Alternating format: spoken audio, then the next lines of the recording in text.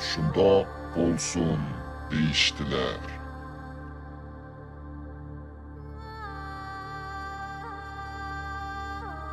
Rivayet kılınıptılar ki El-Qissa.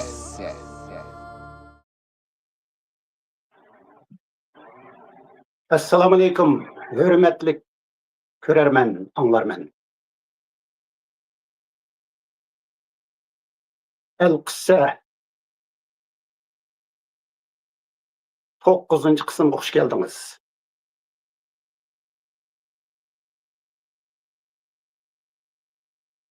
El-Qissa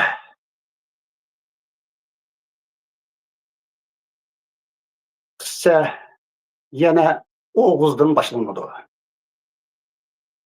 Yana Oğuz'da davamlaşıdı.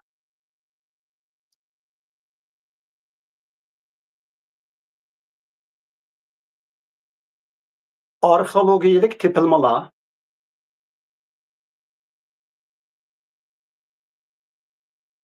tariximizni bilishda qanchalik muhim bo'lsa,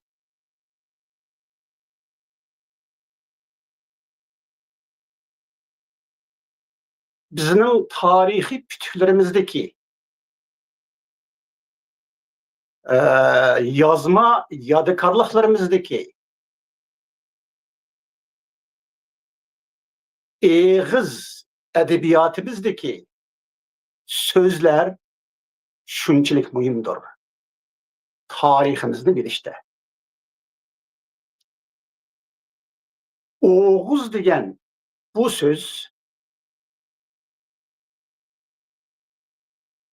Oğ yani ana degan sözlüge uz qo'shimchasi qo'shilib Oğuz degan mushu söz yasalgan.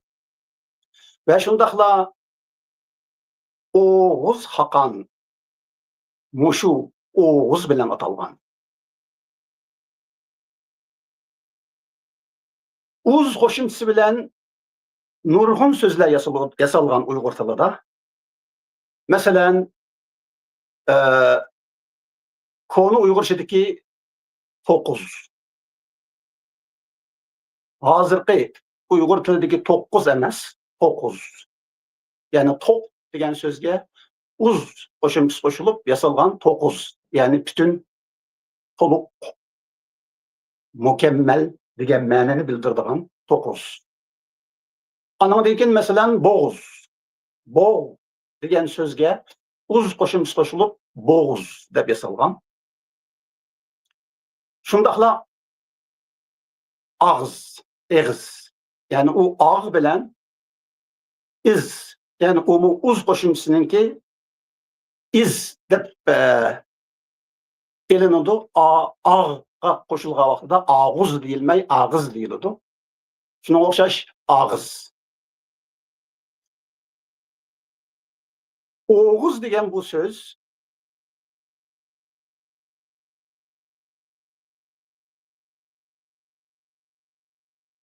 analık degan ma'noni bildirdi. Analık. Çünkü Oğuz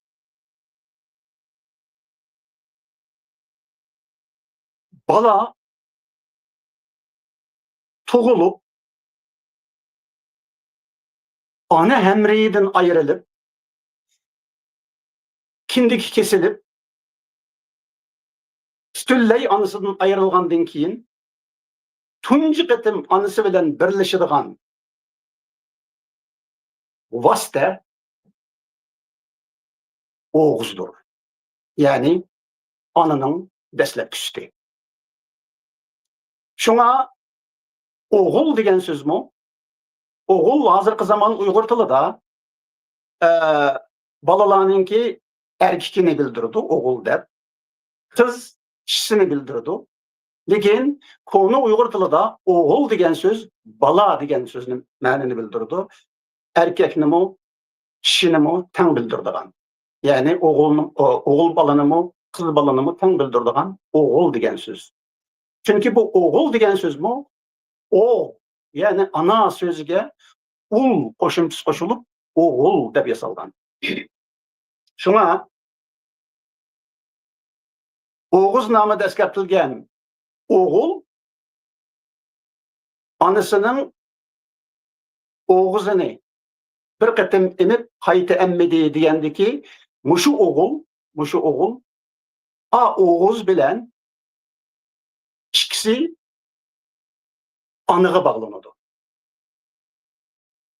Yani Oğuz anılık, ananın dastlabki suti ve oğul mu oğul. Yani bu mu anıga tava, anılık, anı bilen bir degan ma'nodagi oğul. Oğul. Şuna Oğuz namida mundaq kelgan.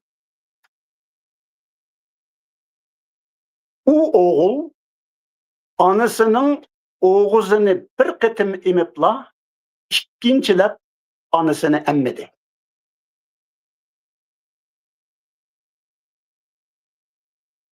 U oğul, u bala yani Oğuz Hakan anasının Oğuz'unu dastlabki sutini bir qetim emip ikkinchilab emmeydi. Çünkü şu bir qetim emishi bilan, yani şu dastlabki sutni Oğuz'ni bir qetim emishi bilan Oğuz Hakan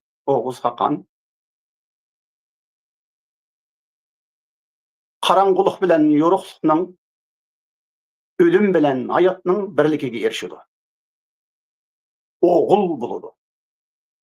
Yani anılık bilan anılık bo'ladi. Endi Oğuz Hakan şu Oğuz'un namı bilan atalgan Oğuz Hakan'ның şu Oğuz degan mushu söz Uyg'ur tilidagi, qadimgi Uyg'ur tilidagi va shundaqla bugungi Uyg'ur tilidagi mushu Oğuz degan söz anının dastlabki suti sifatida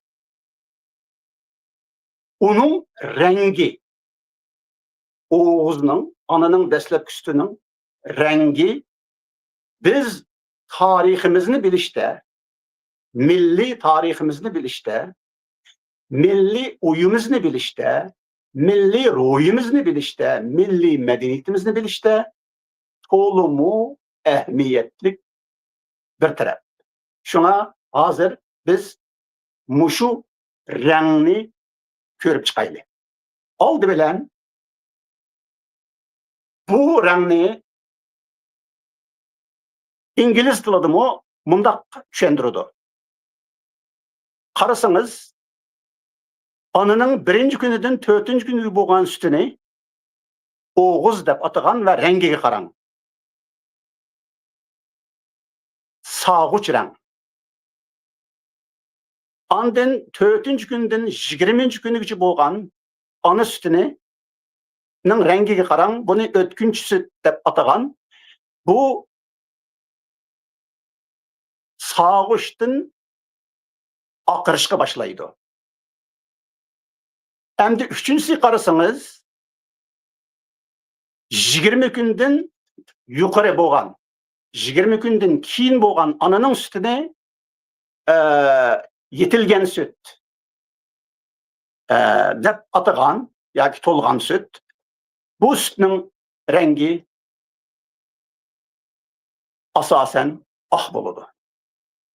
Demak, Oğuz süt aşu sağuç rang bizge Oğuz Hakan'ның aydınlıqını, Oğuz Hakan'ның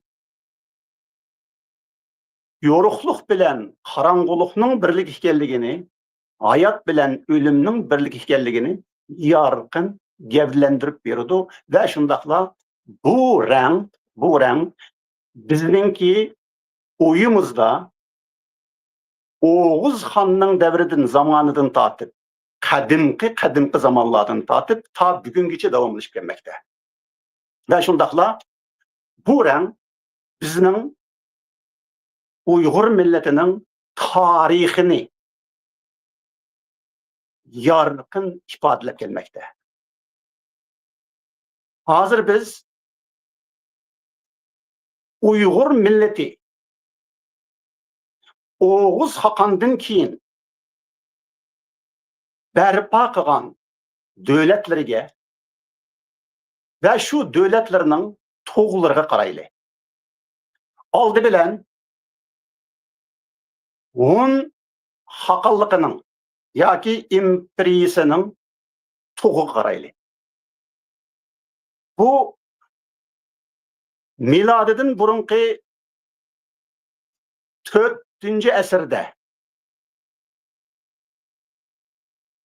kurulgan Hun hakallıkının toğu. Hun imperiyasının toğu. Bu toğu karısınız, bu bayrak karısınız, onun rengi Oğuz renk. Hem de biz Köktürk hakallığının toğuğa bayrağı karaylı. Bu bayrakta mı avu kök börünün rengi karan, umu Oğuz renk. Hem de biz Orhun Uygur devletinin toğuğa bayrağı karaylı. Bu bayrak mı, bu toğu mu Oğuz renk. Hem de biz Karahan, Kara Hakal devletige karaylı onun toğuğa, bu mu Oğuz renk. Hem de biz Çağatay devletinin toğuğa karaylı, bu mu Oğuz renk. Karısınız Uygur milletinin tarihten bu yankı devletleri, kurulgan devletleri, hakallıkı, imperiyeleri, hakallıkları ve imperiyeleri, ulanın toğullarının hemmisi Oğuz renktir. Oğuz Hakan atalgan aşı Oğuz'un rengidir. Bu renk yani Oğuz bizge Hun imperiyası, Köktürk imperiyası, Orhun Uygur imperiyası, Kara Hakalla devleti ve şundakla Çağatay devletinin hemmisinin birlikini gösterdi. Hemmisinin bir milletinin Uygur'dan ibaret muşu milletinin devletleri geldiğini yarkın ispatlap berdi. Bu yerde bizge mındaq bir sual düşüdü. Ondaqda Oğla Uygurlar mı? Oğla mı? Uygurlar mı? Köktürkler mi? Uygurlar mı? Karahanlar mı? Uygurlar mı? Çağataylıklar mı? Uygurlar mı? Şundaq. Hemmisi Oğuz milleti. Hemmisi Uygur milleti. Ve ulanın hemmisi meyli Hun bolsun, meyli Köktürk bolsun, meyli Mongol bolsun, bulanın hemmisi Uygur milletinin terkibi kısımları. Mesela Hun degen söz nereden kelgen? Deslepte Gariplikle miladi 4. esirlerde, 5. esirlerde, 5. esirde Atilla Rim imperisi yıkıllaşkan vaxtıda şu vaxtlarda Atilla da Hun dep atagan. Atilla da Hun. Bu yerdeki Hun yani H-U-N. Bizning Uyg'urcha yangi yozikda masalan uni biz Hun deb o'qiymiz, Hun. Amaliyotda u asli xon. Ya'ni Atilla xon. Aşu xon, ya'ni bizning qadimki Uyg'ur tilimizdagi padişahni, imperatorni bildiradigan xon degan so'z g'arbliklarning tilida Hunga aylanib ketgan. Shuning bilan bu Hun qandaqdir keyincha bir millatning ma'nosini bildirib qolgan. Amaliyotda Hun millat emas. U xon so'zininki o'zgarib, ma'nosini o'zgartib, xonning bir millatni bildiradigan so'zga aylanib qolishi. Köktürk devleti, deki Köktürk. Amaliyotda Köktürk umumiy millatning ismi emas. U davlatning ismi bo'lishi mumkin. Ya'ni Köktürk devleti. Davlatning ismi, millatning emas. Shundaqla bu yerdagi Köktürk degan so'z, masalan, u ayrim Türk degan so'z emas. Masalan, Türk devleti degan so'z emas. U Köktürk.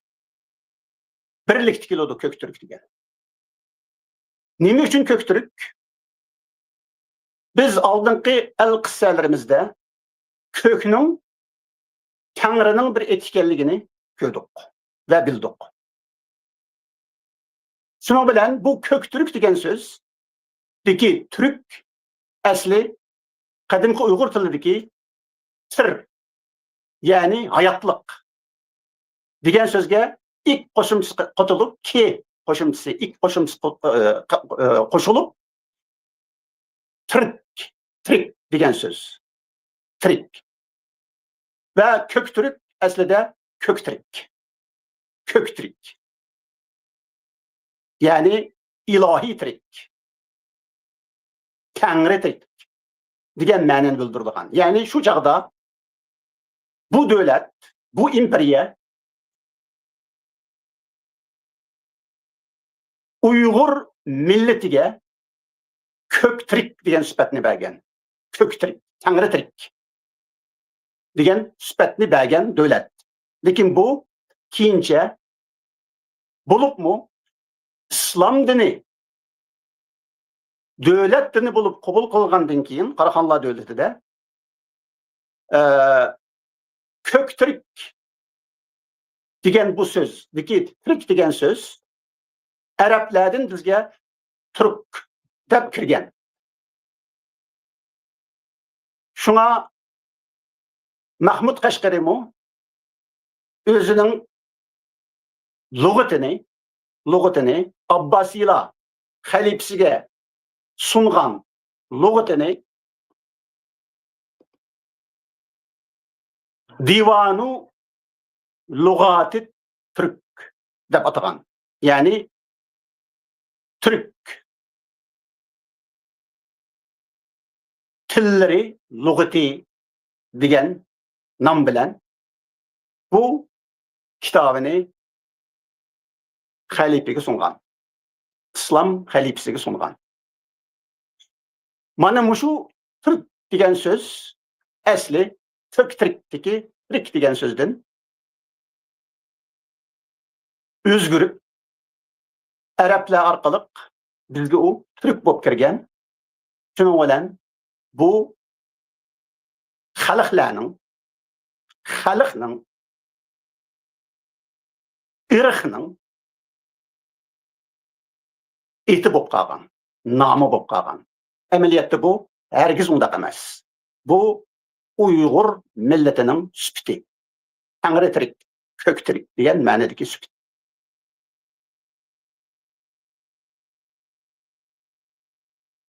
Endi biz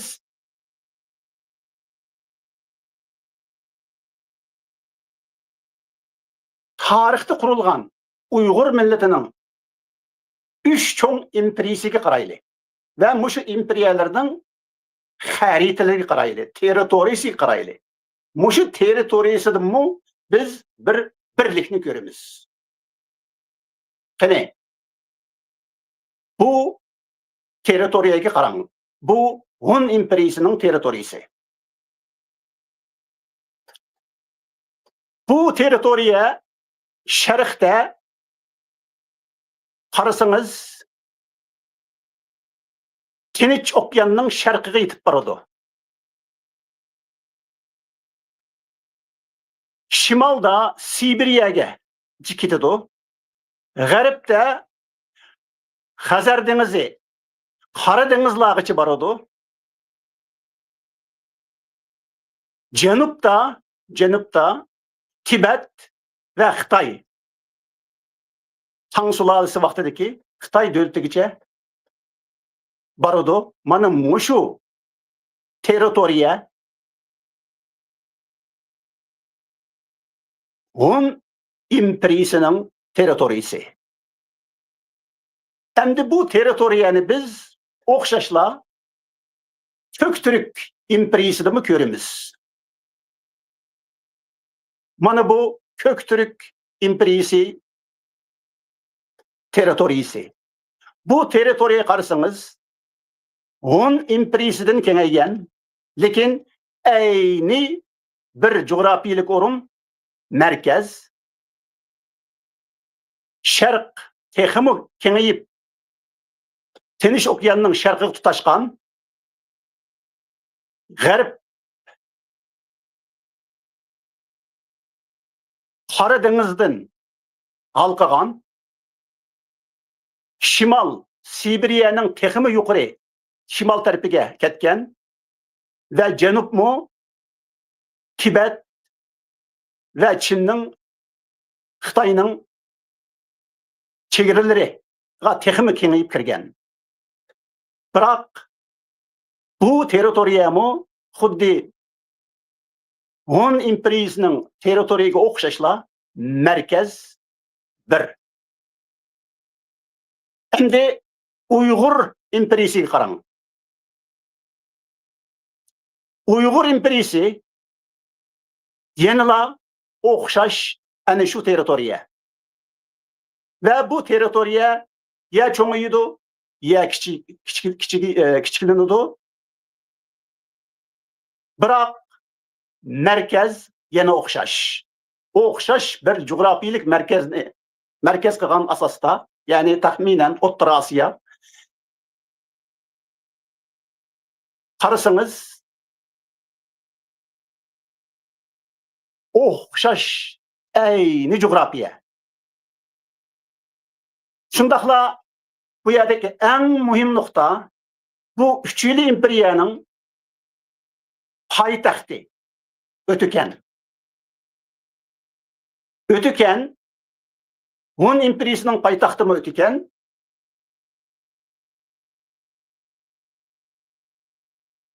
Köktürk imperiyasining poytaxti mı Ötüken? Uyg'ur imperiyasining poytaxti mı Ötüken?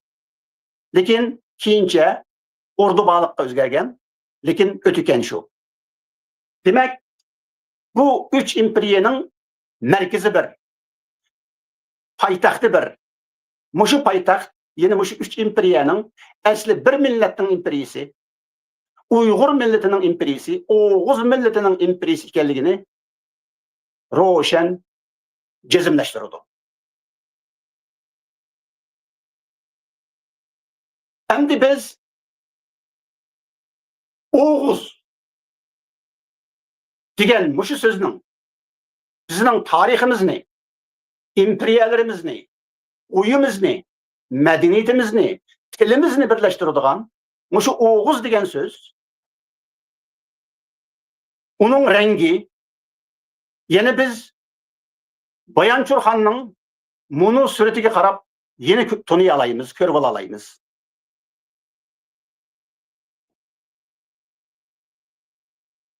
Bu Bayanchur xon qarasangiz kiyimlerde asasen Oğuz rengini görürsüz, renglerinde.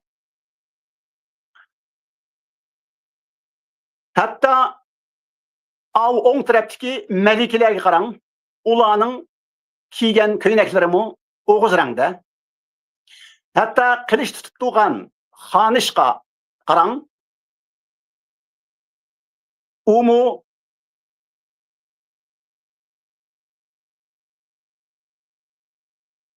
Oğuz rəngdə kiygen köyneki. Əmdi siz Bayançur Hakan'ın belvığı qaran. Ağı belvağ Oğuz rəng. Bu belvağını, Oğuz rəng belvağını, yani Oğuz namədə bizge mundaq ifadələydi. Oğuz namədə Oğuz Hakan o teatını oğluğuyla çıqqan vaxtıda, öldürgüyle çıqqan vaxtıda bir eyik oğlaydı. Mundaq yazılgan Oğuz namədə o yana bir eyik oğlap onu altın belvığı bilen dərəxqə bağlap qoyup getdi deydi. Demek Oğuz Hakan teatını oğluğu çıqqandı mı? Muşu Bayançur Hakan'ın belvığıdək aşındaq Oğuz rənglik belvağını taqap çıqqan. Lekin bu yerde bu altın belvaq deb atalgan elbette. Altın rəngmi oxşaşla Oğuz rəngi. Oğuz'un rəngi. Demek Bayançur Hakan'ın bu belvığı muşundaqla tanınıp qalğan rəng yoki belvaq, taqaş, muşundaqlı bo'lib qolgan ish emas. Bu yine Oğuz Hakan'ın mirasidan kelgan.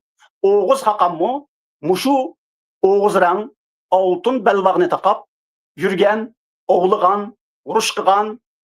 Mana muşu cümleyi qarasыңызmı? O eyiqni öldürgenden keyin Oğuz belvığı bilen yoki altın belvığı bilen eyiqni dərəqə bağlap qoyup ketidi.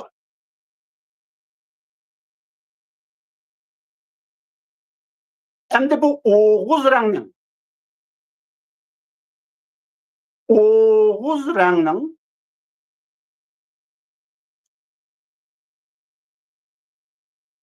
qandaq boladiganligini biz oldingi qissalarimizda ko'rdik. O aydınның rəngi. Aydınның rəngi. Aydın bolsa altın bilen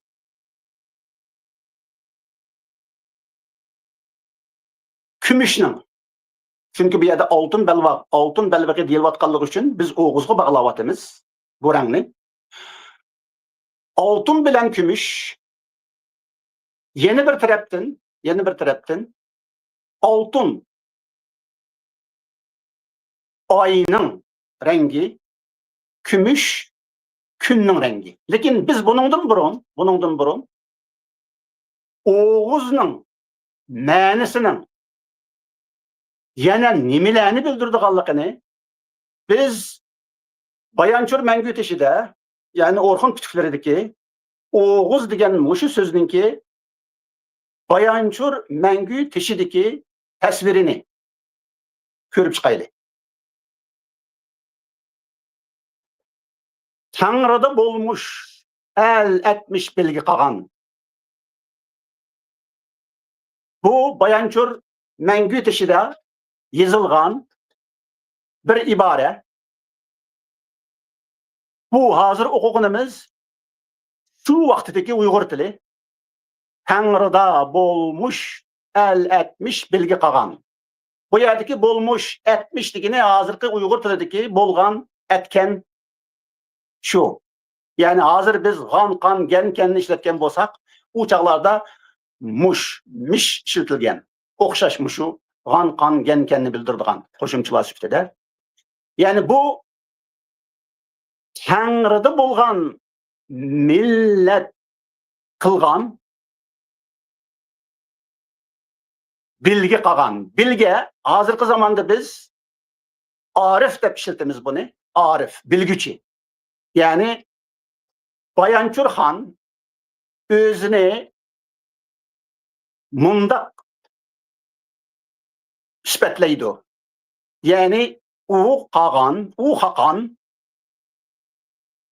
bilgüç ki arif ki o muşu bilimi bilen, muşu ilahi bilim bilen Tanrı'da buluduğun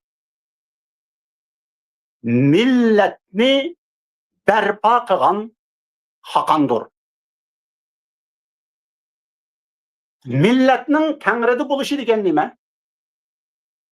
Tanrı'nı biz aldın kıssalarimizde eskertip öttük, düşendirip öttük. Tanrı karangılık bilen yoruklukның birligi, ölüm bilen hayatның birligi. Tanrı mana muşu karmu karşılıkның birligi. Millet Hakanның milleti. Meyli o Oğuz Hakan bolsun veya ki kiyince Bayançur Hakan bolsun. Bu hakallarının Uygur milleti Tanrı'da buludu. Aydın'da buludu. Oğuz'da buludu. Muşu buluş, muşu bir bütünlükte, muşu birlikte buluş, bu milletni ecillikka, inaklıkka, ittifaklıkka, birlikке, uyuşçallıkka ve şundakla yeni kelip batırlıkka, keyserlikke, coşkullukka ilgi kılıdı.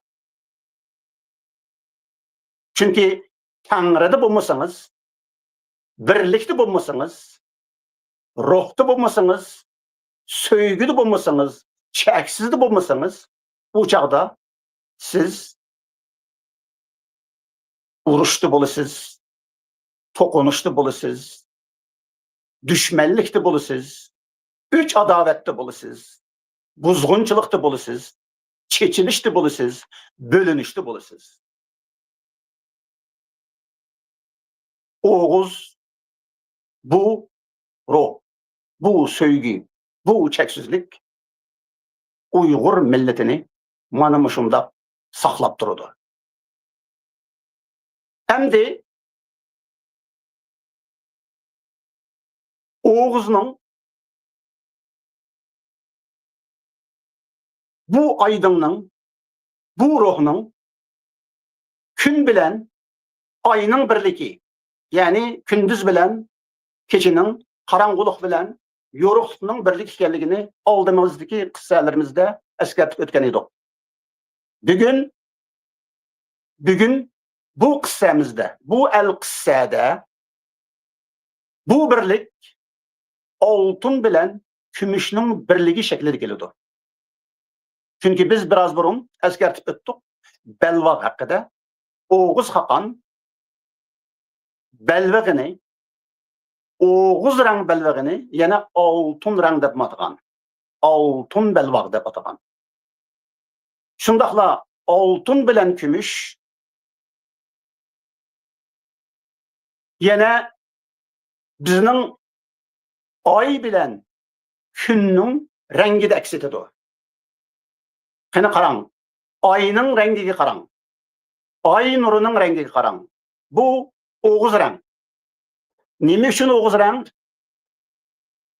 Çünkü bu günning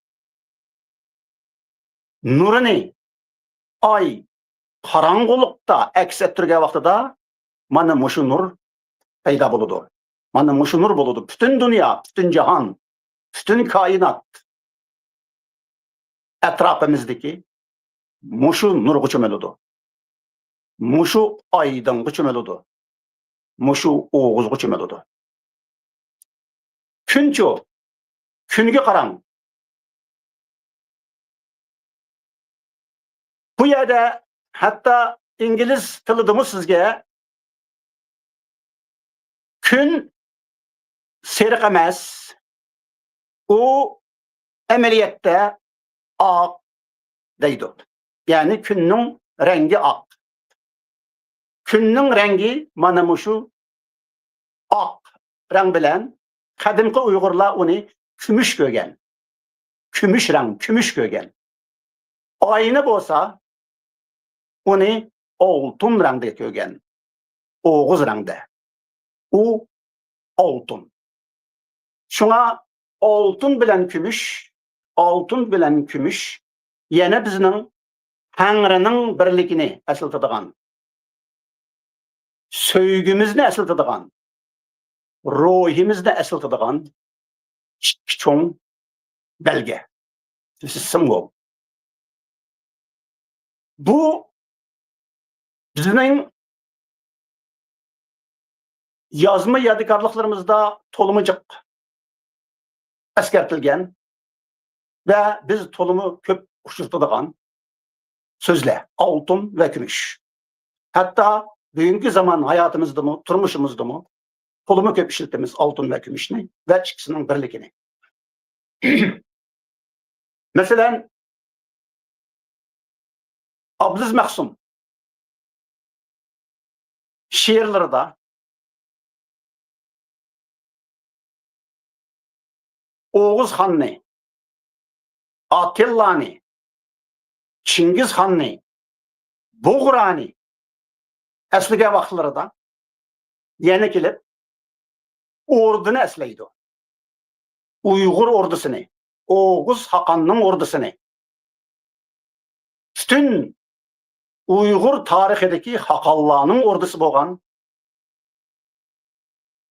Qo'rg'onni, Chidirni eslaydi ve yazıdı. Muşu orada Abdüz Mahsum'ның şiirlerinde altın kümüş orada deb sifatlanadi. Altın kümüş orada deyiladi. Şundaqla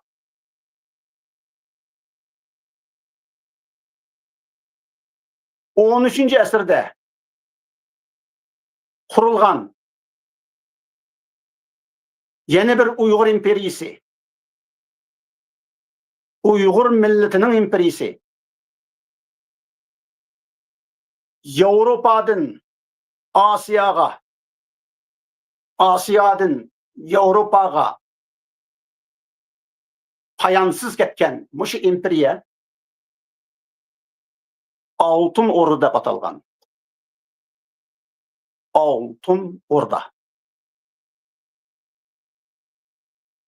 Şundaqla bu orda ikkiga bölüngen Şarq kısmı Ak Orda deb atalgan. Bu Kümüş Orda. Şundaqla G'arb kısmı Kök Orda deb atalgan.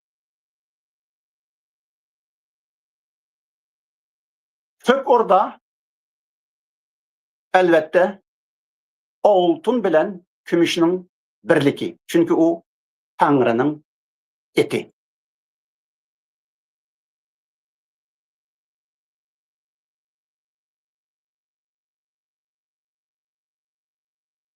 Millet degan söz bizga Arapçadan kirgan. Biz Uyg'urlar İslam dinini devletning dini qilgandan keyin bizga millet degan söz tilimizga kirgan ve hazır biz ishlatayotgan millet degan söz şu. Bu Arapça söz tilimizga kirishdan burun bu söz ulus idi. Qadimgi Uyg'urlar taki millet sözü Uyghur tiliga kirgan vaqtgacha bo'lgan aralıqda millet tuqumi ulus tuqumi edi. Mushu ulus Oğuzning ulusi, Uyghur ulusi. Hazır biz onu millet deb atab, hozirgi zamonlarda bo'libmi Çarosiya ve Manju imperiyasının O'rta Asiyani, Uyghur milletini ve Uyghur milletinin imperiyelerini, devletlerini besib elib, mustamlik qilib, bizning bu millet degan sözünün tukumini bütünley özgertip etdi. Şunun bilen ulus yoki millet qandaqdır az sallyk milletni, etnikni, bir topni, bir kavimni zatihi Xitay menbelerinden chet ellikler başqa tilla qabul qilgan, köçüp yürüdigan kavimlarni ko'z tutadigan, qabilalarni ko'z tutadigan bo'ldi.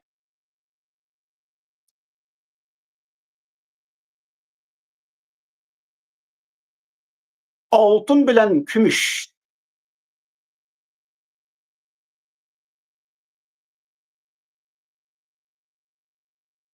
Gretsiya'nın şairi Konstantin Kavafi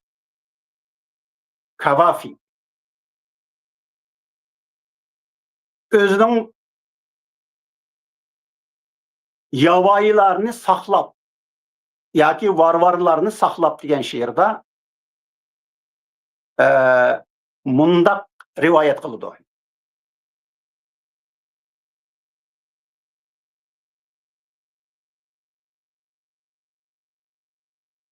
Ular kolları da tolumu çıraylık bezelgen altın bilen kümüşten tolumu çıraylık bezelgen tayaklarını götürüp yürüşken idi. Çünkü bugün yavayla yoki varvarla kelidu. Şundaqlı ola bu narsalarni ko'rib ko'zlari chaqnab ketadi degan. Yani bu şiirde Kavafi mundaq rivayet qiladi. Hun Atilla'nın, yani Atilla da hun, yani Atilla Han'ın koşulları Rim sepillerden halkıp ketip atkan şu vaqtlarda Rim imperiyasının paytaxtida yavayla yoki varvarlarning bugün biz kirdiganligi xabar taqalgan. Şunun bilen hatta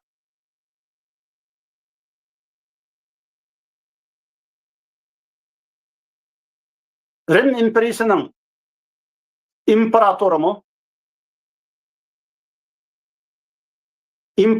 imparatorluk şekilde yasınıp bu varvarlarni kütüp ilishqa tayyor bo'lgan ve şundaqlar Rim halkımı bu yavaylarni kütüp ilishqa tayyorlangan ve muşu tayyorliqlaridan biri biraz burun biz eskertken aşı şiirdeki aşı mısralar şu, yani ola kollarida altın kümüş bilen çıraylık bezelgen tayaklarını asılarını götürüşüp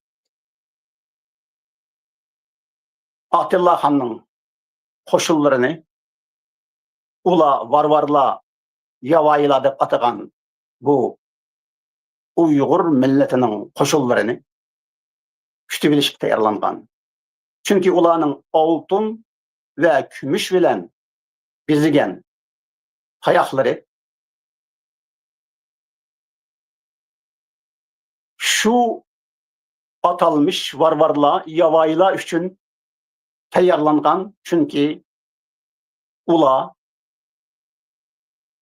Atilla Han'ın milletinin altın bilen kümüşünün birlikini Tanrı dep biladiganligini bilgen. Şuna ula şu kuni bu milletinin koşulları bastırıp kirdigan kuni altın kümüş bilen her nimesini bizgen.